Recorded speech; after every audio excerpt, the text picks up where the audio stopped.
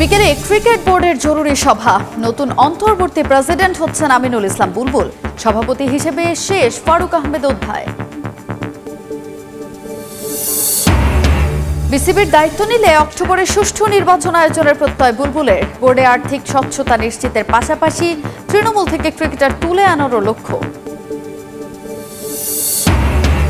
Series বাঁচানোর ম্যাচে রাতে পাকিস্তানের মুখোমুখি হবে বাংলাদেশ। ভুল সূত্রে ঘুরে দাঁড়ানোর লক্ষ্য টাইগারদের। এখনই অধিনায়ক পরিবর্তনের পক্ষে নন সাবেকরা। এশিয়ান কাপ বাছাইয়ে সিঙ্গাপুর ম্যাচ সামনে রেখে আজ শুরু বাংলাদেশ দলের ক্যাম্প। সেপ্টেম্বরে অ্যাওয়ে ম্যাচের আগে ইউরোপের কোনো দলের সঙ্গে খেলার পরিকল্পনা বাফুফের। শুরুতে ক্রিকেটের খবর জানাবো। বিসিবি সভাপতি হিসেবে শেষ হলো ফারুক আহমেদ অধ্যায়। বিকেলে 4:30টার দিকে ক্রিকেট বোর্ডের জরুরি সভায় ঘোষণা হতে পারে অন্তর্বর্তী প্রেসিডেন্টের নাম। বৃহস্পতিবার রাতে ফারুক আহমেদের প্রতি অনাস্থা জানিয়ে জাতীয় ক্রীড়া পরিষদে চিঠি দেন বোর্ডের 8 পরিচালক। সেখানে বর্তমান পরিচালকদের মধ্যে স্বাক্ষর করেননি শুধু আকরাম খান। পরে পরিচালক হিসেবে ফারুকের মনোনয়ন বাতিল করে প্রজ্ঞাপন জারি করে পরিষদ। আজ বিকেলে বোর্ডের জরুরি সভায় অন্তর্বর্তী সভাপতি হিসেবে দায়িত্ব পেতে পারেন আমিনুল ইসলাম বুলবুল। ভাইস প্রেসিডেন্ট হতে পারেন নাজমুল আবেদিন ফাহিম। এদিকে বিসিবি থেকে অপসারণে সরকারি হস্তক্ষেপের কথা বলে আইসিসিতে অভিযোগ করেছেন ফারুক আহমেদ। সবকিছু ঠিক থাকলে আমিনুল ইসলাম বুলবুলই হতে যাচ্ছেন বিসিবির পরবর্তী সভাপতি। জানা গেছে কেবল 3 মাসের জন্য এ দায়িত্ব নিতে চান তিনি। তবে দেশের ক্রিকেটের নিয়ন্ত্রক সংস্থার চেয়ারে বসলে অনেক চ্যালেঞ্জ থাকবে বুলবুলের। বোর্ডে আর্থিক স্বচ্ছতা নিশ্চিত করা ও তৃণমূল থেকে ক্রিকেটার তুলে আনা সহ বেশ কিছু কাজ করতে চান সাবেক অধিনায়ক। অফার কখনো পাইনি। ক্রিকেট বোর্ডে কাজ করতে বহুবারই আগ্রহ দেখিয়েছেন আমিনুল ইসলাম বুলবুল, কিন্তু নাজমুল হাসান পাপনের চক্ষুশূল হওয়ায় সেটা আর হয়ে ওঠেনি। বিভিন্ন কর্মকাণ্ডের সমালোচনা করায় সব মানদণ্ডে যোগ্য হয়েও ওই বোর্ডের পছন্দের তালিকায় ছিলেন না। গুঞ্জন আছে বিভিন্নভাবে নালিশ করে আইসিসিতে চাকরি করা বুলবুলকে শায়েস্তার চেষ্টাও করা হয়েছিল। তবে এবার উল্টে গেছে পাশার দান। যেখানে ছিলেন উপেক্ষিত, সময়ের পরিক্রমায় সেই বিসিবিরই মেইন চেয়ারে বসার অপেক্ষায় বুলবুল। আইসিসির এশিয়া অঞ্চলের ডেভেলপমেন্ট ম্যানেজার হিসেবে দায়িত্ব পালন করেছেন আমিনুল ইসলাম। ইন্টারন্যাশনাল ক্রিকেট কাউন্সিলে তার চাকরির মেয়াদ শেষ হবে জুনে। এরপর নাকি 3 মাসের জন্য বিসিবির দায়িত্ব নিতে আগ্রহী বুলবুল। 18 বছর ধরে আইসিসিতে কাজ করছেন। লেভেল 3 কোচিং ডিগ্রি কমপ্লিট করেছেন। বিভিন্ন দেশে কোচিং করিয়েছেন। কাজ করেছেন এশিয়ান ক্রিকেট কাউন্সিলে। প্রোফাইল আর ক্লিন ইমেজের জন্যই তার ব্যাপারে দ্বিমত নেই তেমন। বিসিবি সভাপতি হিসেবে দায়িত্ব নিলে বেশ কিছু চ্যালেঞ্জ থাকবে বুলবুলের সামনে। আপাতত কিছু টার্গেটও নাকি সেট করেছেন তিনি। প্রথমত, ক্রিকেট বোর্ডে আনতে চান আর্থিক স্বচ্ছতা। তৃণমূল থেকে খেলোয়াড় তুলে আনতে উদ্যোগী হবেন। ক্রিকেটারদের জন্য ডেটাবেস সহ রয়েছে আরও কিছু পরিকল্পনা। এদিকে বুলবুলকে ঘিরে একটা বিষয়ে তৈরি হয়েছে ধোঁয়াশা। কাউন্সিলর না হওয়ায় গঠনতন্ত্র অনুযায়ী তাকে বিসিবি প্রেসিডেন্ট করার প্রক্রিয়ায় জটিলতার কথা বলছেন অনেকে। এমনকি সরকারি হস্তক্ষেপের জন্য আইসিসির নিষেধাজ্ঞার আশঙ্কাও করা হচ্ছে। তবে জানা গেছে বিশ্ব ক্রিকেটের নিয়ন্ত্রক সংস্থা থেকে সব ধরনের গ্রিন সিগন্যাল নিয়েই বাংলাদেশে এসেছেন বুলবুল। বিপিএলে ক্রিকেটারদের পারিশ্রমিক ইস্যু সংক্রান্ত ক্রীড়া পরিষদের সত্যানুসন্ধান কমিটির প্রতিবেদনে ফারুক আহমেদের স্বেচ্ছাচারিতাকে দায়ী করেছেন সদস্যরা। ফ্র্যাঞ্চাইজি নির্বাচন ও ব্যবস্থাপনা এবং অনলাইনে টিকিট বিক্রির ক্ষেত্রে সঠিক প্রক্রিয়া অনুসরণ করা হয়নি বলেও প্রমাণ পেয়েছে এই কমিটি। প্রেসিডেন্টের একচ্ছত্র আধিপত্যের কারণে এই সমস্যাগুলো তৈরি এবং দেশের ভাবমূর্তি আন্তর্জাতিক পরিমণ্ডলে নষ্ট হয়েছে বলে প্রতিবেদন দিয়েছে সহকারী পরিচালক সাজিয়া আফরিনের কমিটি।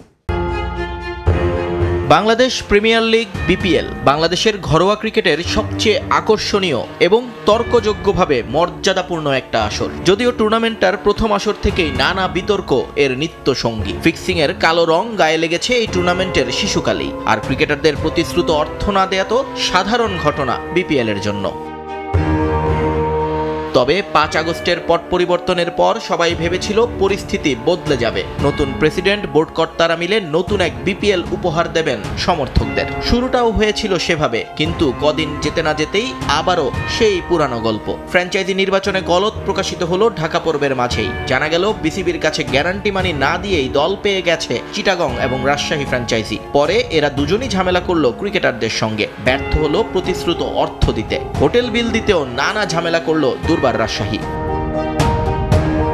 দেশ বিদেশে সংবাদ মাধ্যমে গুরুত্বের সঙ্গে প্রকাশিত হলো সেসব নেতিবাচক খবর। শুরু হলো সমালোচনার ঝড়। বাধ্য হয়ে জাতীয় ক্রীড়া পরিষদের সহকারী পরিচালক সাজিয়া আফরিনের নেতৃত্বে ৩ সদস্যের একটি সত্যানুসন্ধান কমিটি গঠন করে মন্ত্রণালয়। দায়িত্ব দেয়া হয় পেছনের খবর তদন্তের।